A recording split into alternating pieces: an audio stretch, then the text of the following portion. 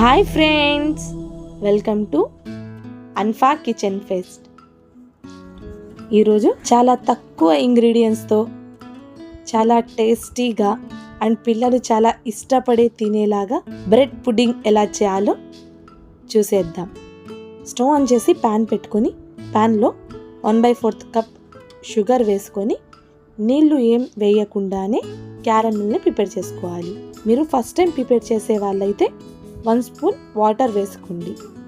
ఇలా caramel prepare చేసుకున్న తర్వాత ఒక కేక్ టిన్లో వేసుకొని కేక్ టిన్ మొత్తం స్ప్రెడ్ అయ్యేలాగా చూసుకోవాలి.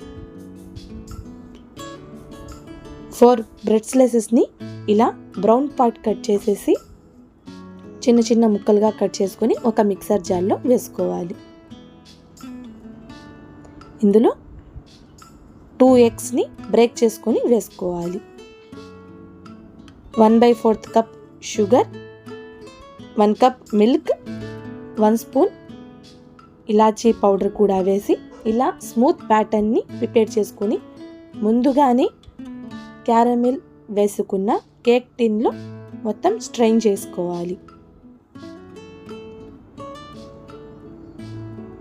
ఒక ప్యాన్లో కొంచెం వాటర్ వేసుకొని ఒక స్టాండ్ పెట్టుకొని ముందుగానే ప్రిపేర్ చేసుకున్న మిల్క్ పుడ్డింగ్ బౌల్ని పెట్టుకొని దాని మీద మూత పెట్టుకోవాలి. ఆవిరి బయటకు పోకుండా ఒక ప్లేట్ని పెట్టుకోవాలి. హై ఫ్లేమ్లో ఒక 10 మినిట్స్, లో ఫ్లేమ్లో 30 మినిట్స్ పాటు బేక్ చేసుకోవాలి.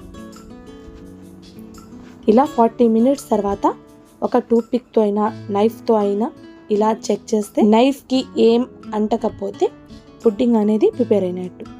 కొంచెం చల్లారిన తర్వాత వేరే ప్లేట్లో రివర్స్ చేసుకుంటే బ్రెడ్ పుడ్డింగ్ రెడీ. చూసారా ఎంత పర్ఫెక్ట్గా పుడ్డింగ్ అనేది కుదిరిందో?